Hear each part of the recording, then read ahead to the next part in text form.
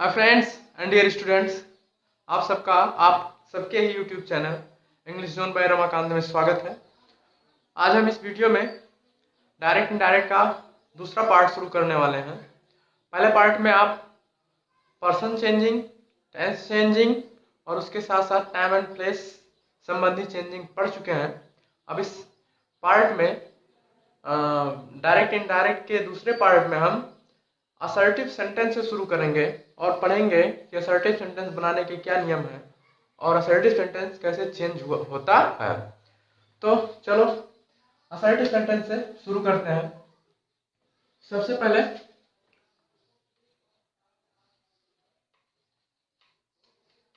Assertive sentence. अब assertive sentence होता क्या है? डायरेक्ट इनडायरेक्ट हिसाब से अगर देखा जाए तो असर्टिव सेंटेंस वक्ता का कथन होता है, और ये जो वक्ता का कथन होता है ये जो रिपोर्टेड स्पीच में होता है वह रिपोर्टेड स्पीच सदैव सब्जेक्ट से शुरू होता है। यही असर्टिव सेंटेंस होता है, यानी वक्ता का यह एक कथन होता है। बात करें तो असर्टिव सेंटेंस के दो भाग होंगे, एक होगा अफर्मेटिव,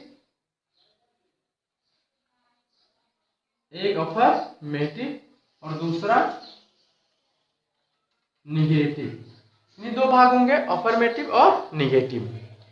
किसके?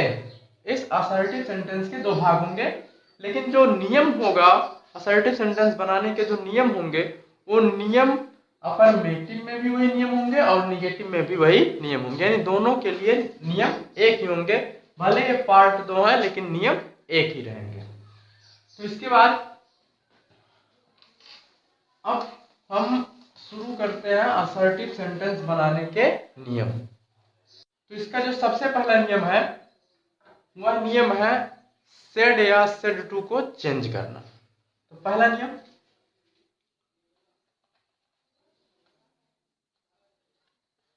सेड या सेड टू को चेंज करना। सेड या सेड टू को कैसे चेंज किया जाए, इसके लिए हम एक टेबल बना लेते हैं और उसी के अनुसार चेंज करते हैं। तो एक तरफ लिखें डायरेक्ट और एक तरफ लिखते हैं इनडायरेक्ट। यदि डायरेक्ट सेंटेंस में सेड है या सेड टू है तो उसे चेंज कैसे किया जाए? तो ये रिपोर्टिंग वर्ब में जो सेड या सेड टू मिलता है उसे कैसे चेंज करते हैं, उसके लिए यह पहला नियम है। तो ये हमारा रहा सेड या सेड टू को चेंज करने का नियम। यदि डायरेक्ट सेंटेंस में से या सेज है तो इनडायरेक्ट में हम से या सेज ही लिखते हैं। उसी प्रकार से यदि डायरेक्ट सेंटेंस में सेड है, सिर्फ सेड है, तो इनडायरेक्ट में भी हम सिर्फ सेड लिखते हैं। लेकिन यदि डायरेक्ट में विल से, शैल से है तब भी हम विल से या शैल से को सेम लिखते हैं। इसके बाद आता है is, am, are, was, were, will, be, shall, be, saying. यदि रिपोर्टिंग वर्ब में मिलता है तो is, am, are, was, were, will be, shall be, saying का सेइंग ही रहने देते हैं। उसके बाद has, have, had, will have, shall have, said, says to, says to या से टू मिलता है तो भी हम has, have, had, will have, shall have, said, said का सेड ही रहने देते हैं। लेकिन इसके विपरीत यदि से टू, सेज टू, यानी अभी ऊपर वाले सेंटेंस में हमें टू का प्रयोग नहीं किया गया, मतलब ऊपर जितने भी शब्द लिखे गए उसमें टू का प्रयोग नहीं था। लेकिन यदि से के बाद या सेड टू के बाद, से के बाद या सेड के बाद टू का प्रयोग किया जा रहा है तो वह इनडायरेक्ट में उसका रूप बदल जाता है। जैसे सेज टू को टेल में, सेज टू को टेल्स में, सेड टू को told, is, am, are, was, were, will be, shall be, saying to, is, am, are, was, were, will be, shall be, telling, has, have, had, will have, shall have, said to को has, have, had, will have, shall have, told में बदल देते हैं। यानी यदि से के बाद टू का प्रयोग नहीं किया गया है तो उसे से या सेड टू के बाद टू का प्रयोग नहीं किया गया है तो उसे ज्यों का त्यों लिखते हैं। लेकिन यदि से या सेड के बाद टू का प्रयोग किया गया है तो उसे हम टेल के फॉर्म में बदल देते हैं। यदि से, जैसे से यहाँ फर्स्ट फॉर्म था से का, तो यहाँ फर्स्ट फॉर्म में टेल का फर्स्ट फॉर्म लग गया। यहाँ सेड से का सेकंड फॉर्म था और यहाँ पर हम टेल का सेकंड फॉर्म लगा दिए। तो ये था सेड या सेड टू को चेंज करने का नियम। तो इसके बाद असर्टिव सेंटेंस के दूसरा नियम। पहला नियम, से या सेड को से या सेड में बदल देते हैं।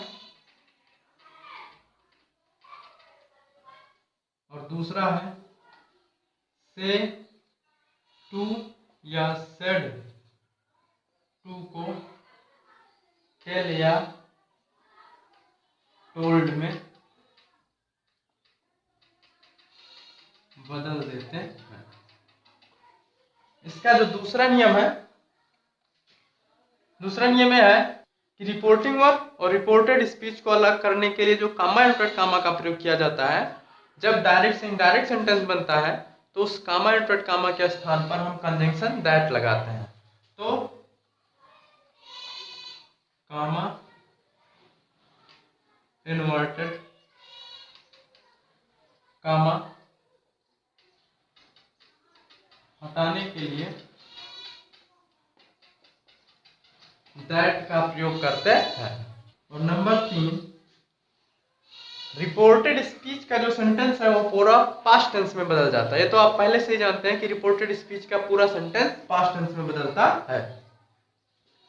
तो रिपोर्टेड स्पीच का सेंटेंस सिंपल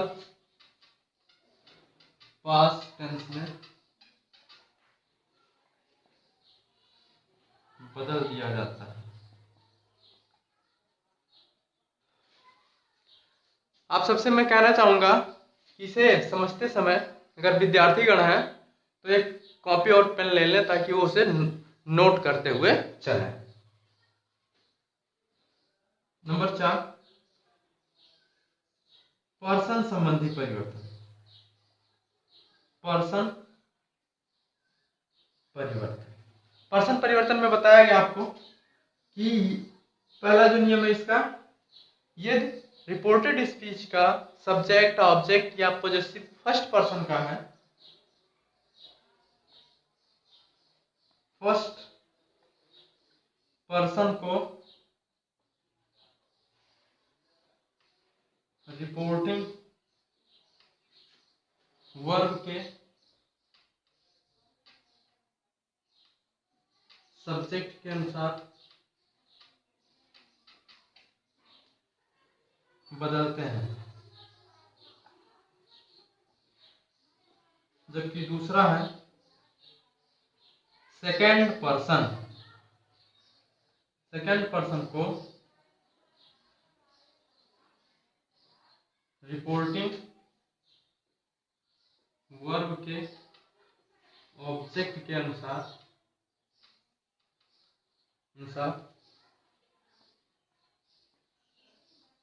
बदलते हैं। और नंबर 3 है थर्ड पर्सन। थर्ड पर्सन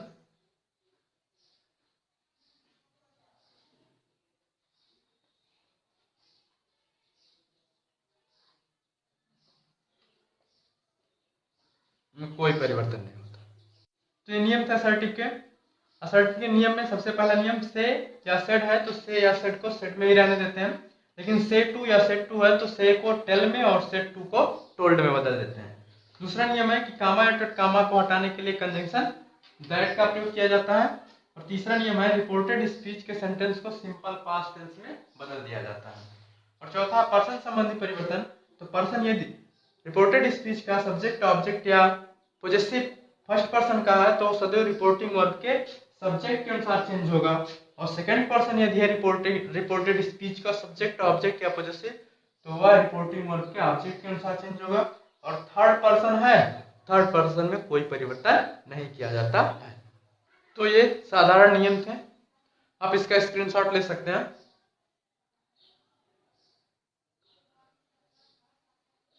अब असर्टिव सेंटेंस बनाया कैसे जाता है उसे हम उदाहरण के माध्यम से समझते हैं। जैसे he said to me, commented, Ram is a good boy. उसने मुझसे कहा कि राम एक अच्छा लड़का है। एकदम सिंपल उदाहरण से हम शुरू करते हैं। तो he said to me, Ram is a good boy. उसने मुझसे कहा कि राम एक अच्छा लड़का है। तो ये हो गया हमारा रिपोर्टिंग वर्ब और ये हो गया हमारा रिपोर्टेड स्पीच। बताया गया कि यदि रिपोर्टिंग वर्ब में सेड के बाद टू का प्रयोग किया गया हो तो उसे हम सेड के बजाय टोल्ड में बदल देते हैं। तो चेंज करते हैं। ये हो गया डायरेक्ट, इसका हम इनडायरेक्ट बनाते हैं। तो ही सेड टू को चेंज करते हैं टोल्ड में। He told me. अब कामा इंवर्टेड कामा को हटाने के लिए दूसरा नियम जो लिखाया गया था वो क्या था कि कंजंक्शन दैट का प्रयोग करते हैं। पूरे असर्टिव सेंटेंस में कंजंक्शन दैट का प्रयोग किया जाएगा कामा इंवर्टेड कामा को हटाने के लिए। अब आगे बढ़े तो पर्सन देखें। तो इस रिपोर्टेड स्पीच में जो पर्सन है वह क्या है? ये है थर्ड पर्सन, राम। यानी कोई भी नाउन लिखा गया हो तो वह हमेशा थर्ड पर्सन होता है। तो राम थर्ड पर्सन है, इसलिए इसमें कोई चेंजिंग नहीं होगा। राम का राम ही लिख देंगे। क्या लिख देंगे? राम का राम। टेंस अगर देखें तो टेंस है प्रेजेंट का। तो is am are present continuous change हो जाता है पास्ट कंटीन्यूअस में। तो यहां हो जाएगा पास्ट, इज एम आर के बजाय वाज वेयर। तो Ram was a good boy, ये आपका बन गया। और एक उदाहरण देखते हैं।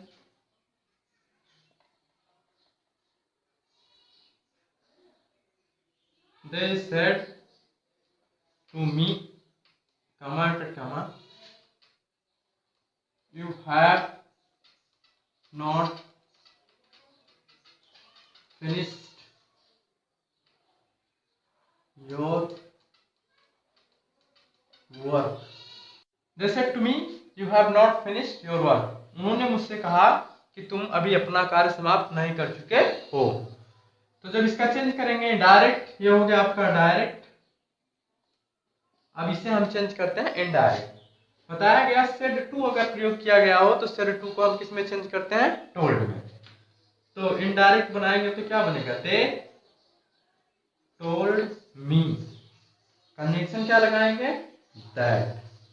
अब अगर बात करें पर्सन, तो पर्सन चेंजिंग के लिए आपको बताया गया यस ओ यन सन का नियम। यानी यदि रिपोर्टेड स्पीच का सब्जेक्ट ऑब्जेक्ट फर्स्ट पर्सन का हो, यस ओ यन मतलब फर्स्ट पर्सन, सेकंड पर्सन और थर्ड पर्सन। रिपोर्टेड स्पीच का फर्स्ट पर्सन चाहे वो सब्जेक्ट हो, चाहे ऑब्जेक्ट हो, चाहे पॉजेसिव हो। यदि फर्स्ट पर्सन का है तो उसे हम सब्जेक्ट के अनुसार चेंज करेंगे। यदि सेकंड पर्सन का है तो उसे ऑब्जेक्ट के अनुसार चेंज करेंगे। यदि थर्ड पर्सन का है तो उसमें कोई चेंजिंग नहीं होता है। तो यहां देखा जाए ये जो यू है, ये यू क्या है? Second person. कौन सा पर्सन? Second person. तो सेकंड पर्सन चेंज होगा रिपोर्टिंग वर्ब के ऑब्जेक्ट के अनुसार। ऑब्जेक्ट क्या है इसमें? मी। यानी चेंज होगा या किसके अनुसार? मी के अनुसार। लेकिन नियम ये कहता है कि जो शब्द, जो पर्सन या जो केस, सब्जेक्ट ऑब्जेक्ट पॉजेसिव, जो केस जिसके अनुसार चेंज होने वाला है, जैसे यहां ये है यू की अगर बात करें तो ये सब्जेक्ट है और ये चेंज होने वाला है ऑब्जेक्ट के अनुसार। तो नियम ये कहता है कि डायरेक्ट इनडायरेक्ट का नियम ये कहता है कि जिस शब्द को हम चेंज करने वाले हैं और उसे हम जिसके अनुसार चेंज करने वाले हैं, जैसे यू को हमें चेंज करना है और चेंज करना है किसके अनुसार? मी के अनुसार। तो ये जो सेकंड पर्सन का शब्द है, केस है, जिस केस में है जिसके अनुसार चेंज होगा वह वही केस प्रयोग होगा। जैसे यहाँ ये सब्जेक्ट है, क्या है? ये है सब्जेक्ट। अब इसे हम जब चेंज करेंगे तो इनडायरेक्ट में यहाँ जिसके अनुसार ये परिवर्तित होगा उसका वही रूप लिखा जाएगा। तो अगर देखा जाए तो ये यू है, इसे हम चेंज करेंगे मी के अनुसार, तो मी तो ऑब्जेक्ट है लेकिन यहाँ पर यू सब्जेक्ट है, तो मी का हम यहाँ क्या लिखेंगे, सब्जेक्ट लिखेंगे, क्योंकि यहाँ पर जो यू था वह सब्जेक्ट था।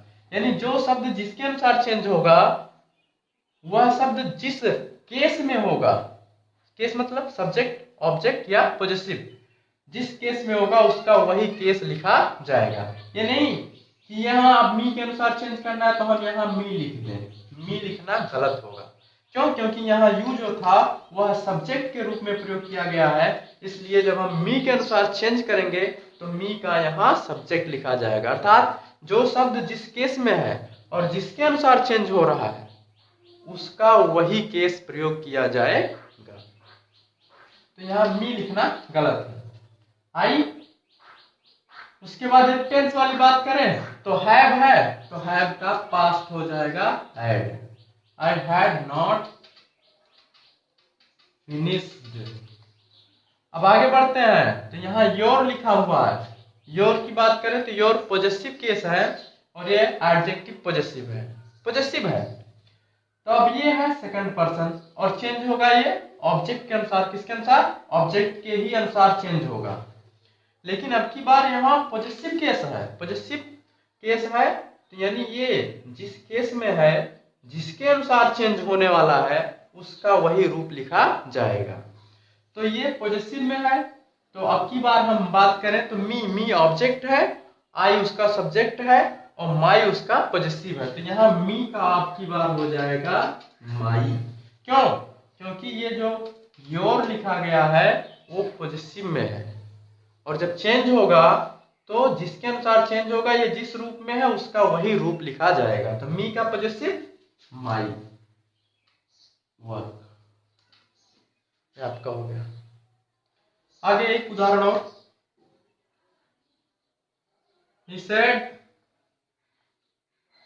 to me, comma, inverted comma,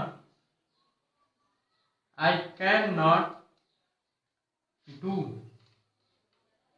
your work, comma, inverted comma, बंद।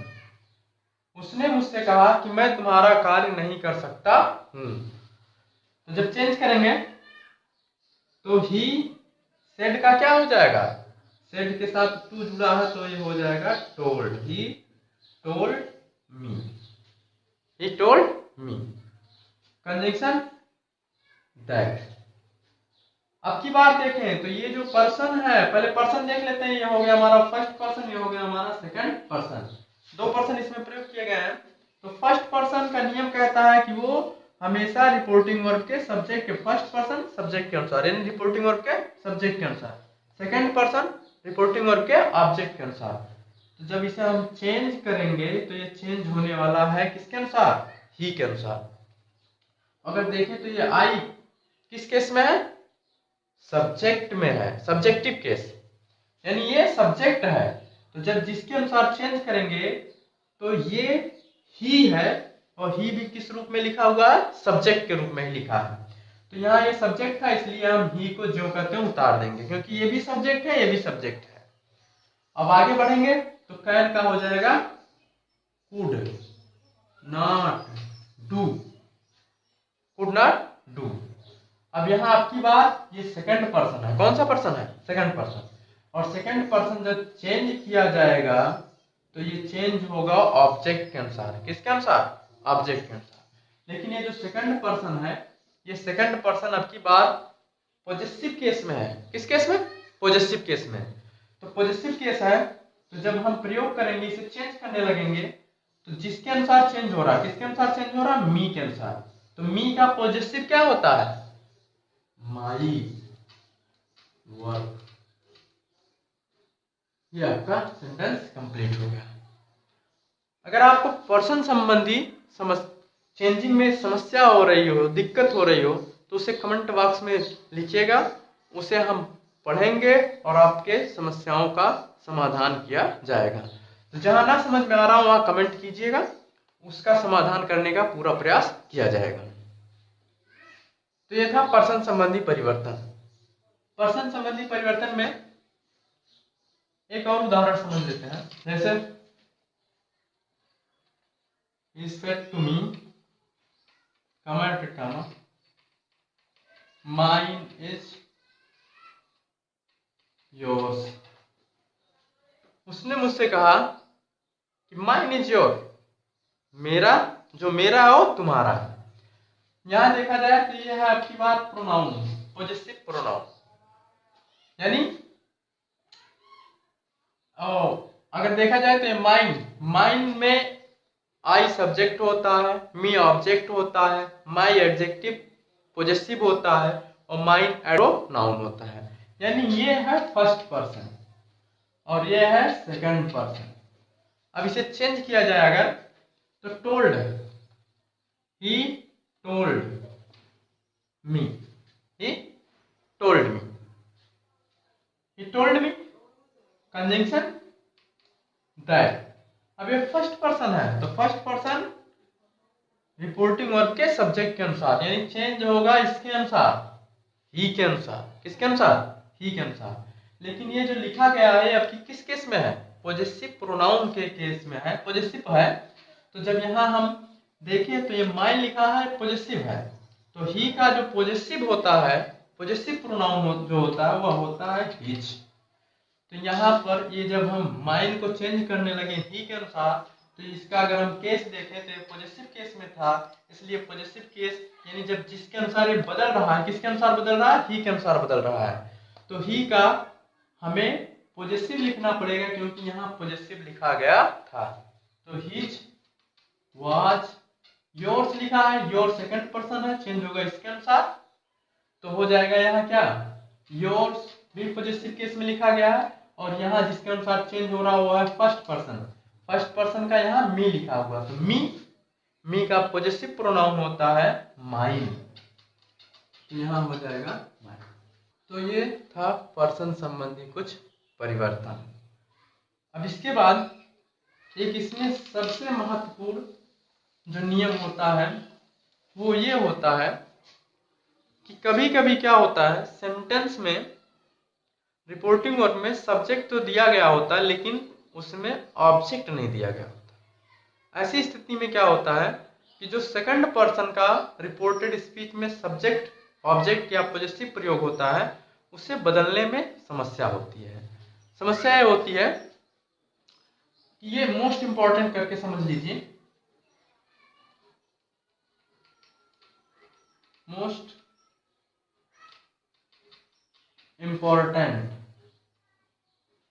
इंपॉर्टेंट में होता है कि सेंटेंस में सब्जेक्ट तो होता है लेकिन ऑब्जेक्ट का प्रयोग नहीं होता। तो ऐसी स्थिति में क्या होता है कि रिपोर्टेड स्पीच के जो सेकंड पर्सन होते हैं उसे चेंजिंग करने में बहुत समस्या होती है। फर्स्ट पर्सन अगर होता है तो फर्स्ट पर्सन में जो रिपोर्टिंग वर्ब का सब्जेक्ट होता है तो उसके अनुसार चेंज कर दिया जाता है। थर्ड पर्सन होता है तो चेंज ही नहीं होता। जैसे सेंटेंस लिखें, he said, comma, you cannot make picture, you cannot make picture। अब समस्या क्या है इसमें कि रिपोर्टिंग वर्ब में सब्जेक्ट है लेकिन ऑब्जेक्ट दिया नहीं गया है, और ये जो चेंज करने का नियम है मतलब देखा जाए तो ये सेकंड पर्सन है और सेकंड पर्सन चेंज होगा हमेशा ऑब्जेक्ट के अनुसार, ऑब्जेक्ट है नहीं। तो ऐसी स्थिति में किया क्या जाए? समस्या सिर्फ इसी सेकंड पर्सन के साथ होता है, क्योंकि अगर यहाँ पर फर्स्ट पर्सन होता तो वो चेंज हो जाता रिपोर्टिंग वर्ब के सब्जेक्ट के अनुसार, और रिपोर्टिंग वर्ब में सब्जेक्ट हमेशा प्रयोग किए जाते हैं, भले किसी सेंटेंस में ऑब्जेक्ट ना हो लेकिन सब्जेक्ट जरूर लिखे जाएंगे। तो अगर यहाँ फर्स्ट पर्सन होता तो फर्स्ट पर्सन को चेंज करने में समस्या नहीं होती। अगर यहाँ थर्ड पर्सन भी होता तब भी थर्ड पर्सन में तो नियम है कि थर्ड पर्सन नो चेंजिंग, तब भी कोई समस्या नहीं होती। सिर्फ समस्या होती है सेकंड पर्सन के साथ। किसके साथ? सेकंड पर्सन के साथ, क्योंकि सेकंड पर्सन चेंज होता है वह रिपोर्टिंग वर्ब के ऑब्जेक्ट के अनुसार होता है, तो कभी कभी सेंटेंस में ऑब्जेक्ट नहीं होता, सब्जेक्ट हमेशा होगा। कभी कभी क्या होता है कि सेंटेंस में ऑब्जेक्ट नहीं दिया गया होता, और जब ऑब्जेक्ट नहीं दिया गया होता तो कुछ लोग सामान्यतः क्या करते हैं कि यहाँ पर थर्ड पर्सन का ऑब्जेक्ट मान लेते हैं, लेकिन ये थर्ड पर्सन का ऑब्जेक्ट सदैव मान लेना गलत होता है। निचली लोअर क्लासेज में सिर्फ यह बता दिया जाता है कि थर्ड पर्सन का ऑब्जेक्ट मान लिया जाए, लेकिन हर बार थर्ड पर्सन का ऑब्जेक्ट मान लेना गलत होगा, उचित नहीं होगा कि आप थर्ड पर्सन का सदैव प्रयोग करें। तो इसके लिए क्या किया जाता है कि ऐसी स्थिति में जब रिपोर्टेड स्पीच का पर्सन सेकंड पर्सन हो और ऑब्जेक्ट ना दिया गया हो तो किया क्या जाता है, इसके लिए नियम यह होता है कि पहले हम इसे देख लेते हैं, जिसे हमें चेंज करना है तो चेंज करते हैं, तो ये हो गया सेकंड पर्सन। कौन सा पर्सन? Second person. और उसके बाद देख लेते हैं रिपोर्टिंग वर्ब में उसका सब्जेक्ट किस पर्सन में है, तो ये हो गया थर्ड पर्सन, ये हो गया सेकंड पर्सन, ये हो गया थर्ड पर्सन। तो दोनों पर्सन को देखने के बाद जो पर्सन बचा हो उसी पर्सन का हम ऑब्जेक्ट मान लेते हैं। जैसे अब बचा कौन सा पर्सन? बचा फर्स्ट पर्सन, ये सेकंड पर्सन, ये थर्ड पर्सन, बचा कौन सा पर्सन? First person. तो फर्स्ट पर्सन का यहाँ ऑब्जेक्ट जो माना जाएगा वो सिंगुलर ऑब्जेक्ट माना जाएगा। तो फर्स्ट पर्सन में जो सिंगुलर ऑब्जेक्ट है वो मी है। अगर बात करें तो इसमें सब्जेक्ट दो है, आई और वी, उसके हिसाब से ऑब्जेक्ट भी मी और अस का प्रयोग किया जाना चाहिए। लेकिन नहीं, सदैव यहाँ सिंगुलर ऑब्जेक्ट, क्योंकि आई जो सब्जेक्ट है उसे एक वचन माना जाता है, इसलिए इसका जो ऑब्जेक्ट है वह वहां पर मी मान लिया जाएगा। तो ऐसी स्थिति में जब ये सेकंड पर्सन हो या थर्ड पर्सन हो तो वहां पर हम मी मान लेते हैं।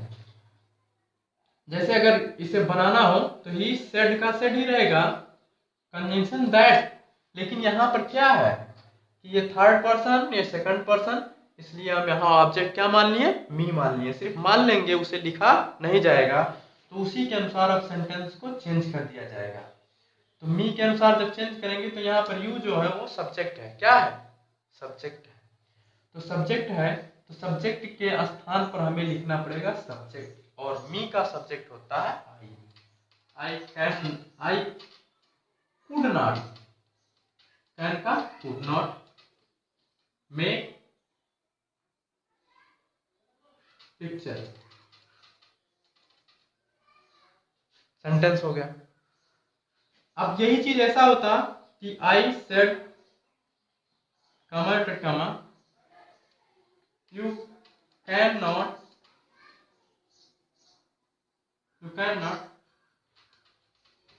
सॉल्व योर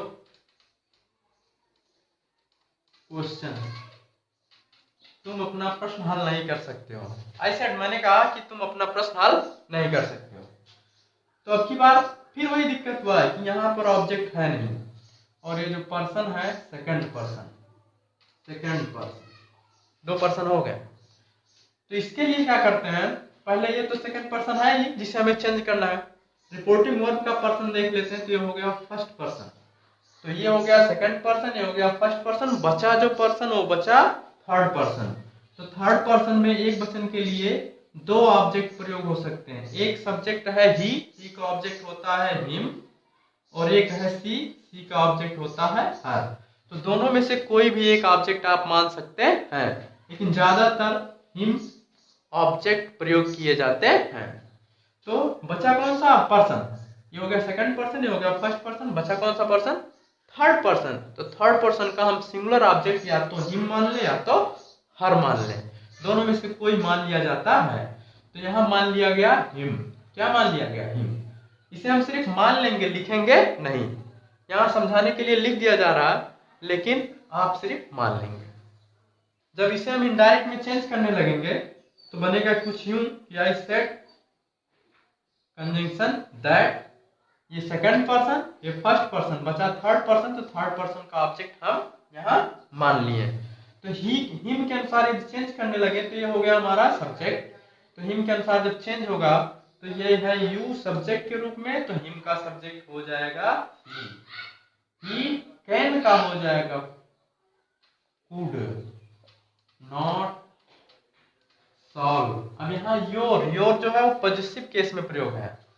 तो पॉजिटिव केस में जब प्रयोग है तो ये चेंज होगा इसी ऑब्जेक्ट के अनुसार। ऑब्जेक्ट यहाँ क्या माने, हिम, तो हिम का पॉजिटिव क्या हो जाएगा, is.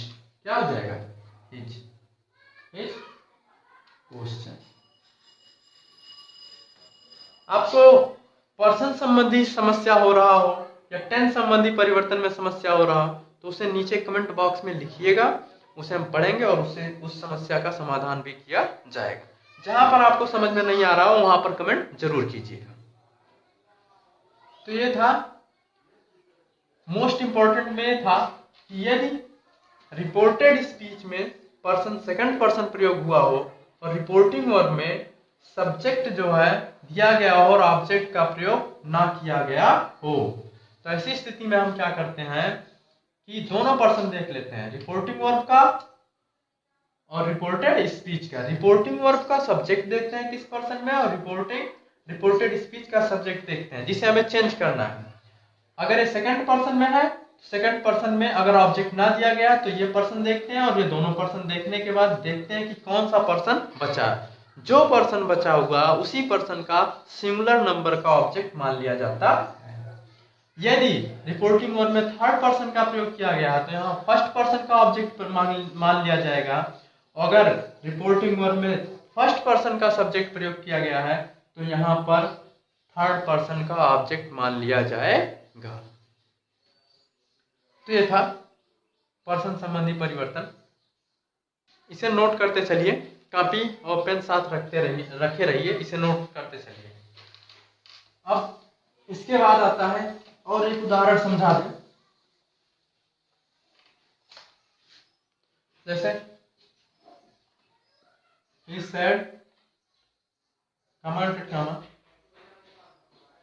cannot give you my pen। Sentence अगला, he said I cannot give you my pen। Person की बात करें तो ये है फर्स्ट पर्सन, ये है सेकंड पर्सन और ये है फर्स्ट पर्सन। पेन हो गया हमारा थर्ड। तीन पर्सन प्रयोग है इसमें। तो जब बनाएंगे सेंटेंस तो नियम के अनुसार अब की बार देखिए, he said का सेड ही रहेगा क्योंकि इसमें ऑब्जेक्ट का प्रयोग नहीं किया गया है। सेड के बाद टू का प्रयोग नहीं, इसलिए ही सेड का सेड ही रहेगा। Conjunction that, first person reporting verb के सब्जेक्ट के अनुसार, तो ये चेंज होगा इसके अनुसार।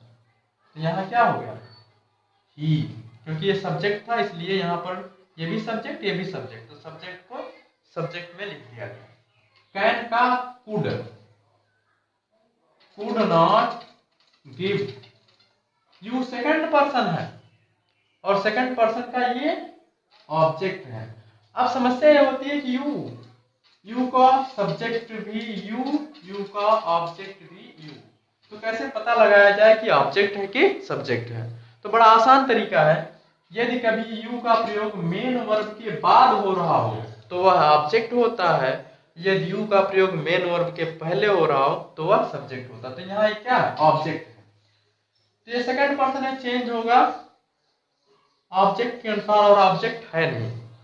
ऑब्जेक्ट है नहीं तो क्या करेंगे, जिसे चेंज करना है सेकंड पर्सन और यहाँ का जो सब्जेक्ट है वो कौन सा पर्सन है, थर्ड पर्सन। तो बचा कौन सा पर्सन, फर्स्ट पर्सन। तो फर्स्ट पर्सन का ऑब्जेक्ट मी मान लिया जाएगा और जब मी मान लिया जाएगा तो यहाँ हो जाएगा मी, और यह फर्स्ट पर्सन चेंज होगा सब्जेक्ट के अनुसार। यह पॉजिटिव केस, तो ही का पॉजिटिव इज पेन। तो ये असर्टिव सेंटेंस बनाने के जो नियम थे कुछ इस तरह से थे। तो ये असर्टिव सेंटेंस का जो साधारण नियम था वो खत्म हुआ। इसके बाद अब असर्टिव सेंटेंस का एक्सेप्शन मीन्स अपवाद जो है वो अगले वीडियो में शुरू होगी। अगर वीडियो पसंद आए तो लाइक कीजिए, शेयर कीजिए और हमारे चैनल को सब्सक्राइब कीजिए और यह वीडियो अपने मित्रों में भेजिए। धन्यवाद। इस वीडियो में इतना है।